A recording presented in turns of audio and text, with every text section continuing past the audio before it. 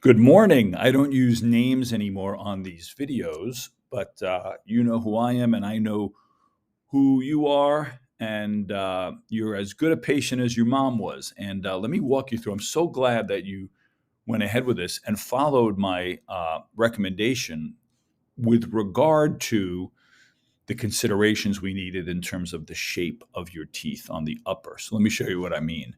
When you started, you had this lower crowding. And if you notice, your teeth were kind of bunched into this tighter arc. And now, after just 20 weeks, we have this broadened out. But when you broaden out an arch on the lower, you have to do the same thing on the upper in most cases, or else the bite will be uncomfortable.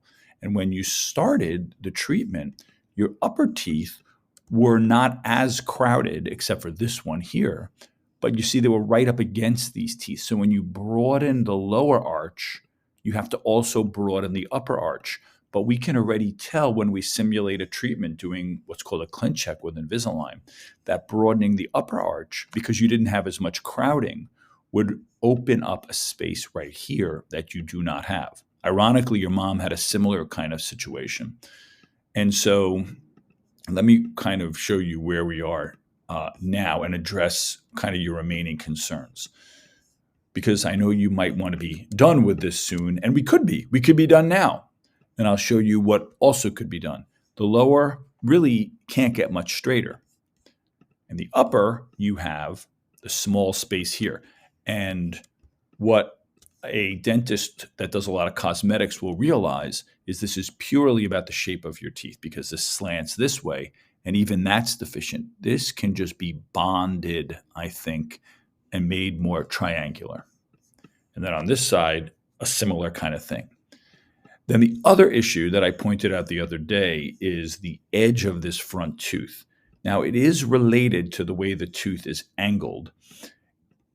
And when I click this, you see how that looks better? Now, I know, people say to me, Dr. Goodman, you're the Invisalign expert. You can do anything. But the expert knows the limitations.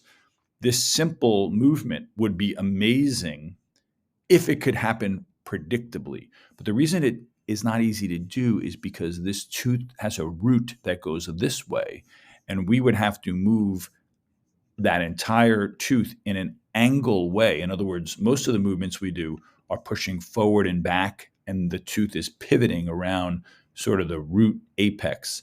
But here we actually have to turn that whole tooth, and that is not easy to do. That's why it still would take another 20 weeks for this small amount of change. Now, the alternative to that, and by the way, also, if we did want to try this, I would have to probably put an attachment on this tooth, because that you need to kind of pivot that tooth.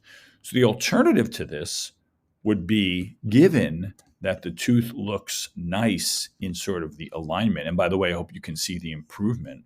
Oh yeah, I think you have old bonding on this tooth too. So we'll have to see, but the edge of the tooth is slanted, and somebody could do bonding on this tooth just to square this here a little bit and then go across here like this. Now, I know everyone hesitates about veneers, but you do have lots of little areas. You have this that could be bonding for sure. This could be bonding, but there's a lot of bonding on this tooth already, and that's going to be tough. And then you have the edge here, and bonding on the edge can be tricky. So and then this tooth is even slanted too. Having veneers, yeah, it would be expensive. It wouldn't have to look so amazingly, like scarily good. That's what I think a lot of people are afraid of, that the veneers will look fake.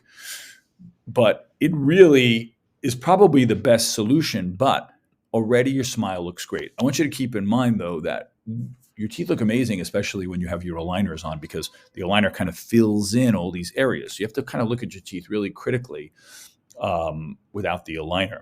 And by the way, it could be that we end the treatment, you do a little bonding on these, you leave this, no big deal. Maybe you even have bonding on the edge of this tooth. And then 5 years from now, 10 years from now, you do veneers. So just letting you know what the issues are. And again, doing this, we can try it, but it would take time, and I don't know that it will actually do what it's showing. Let me know your thoughts.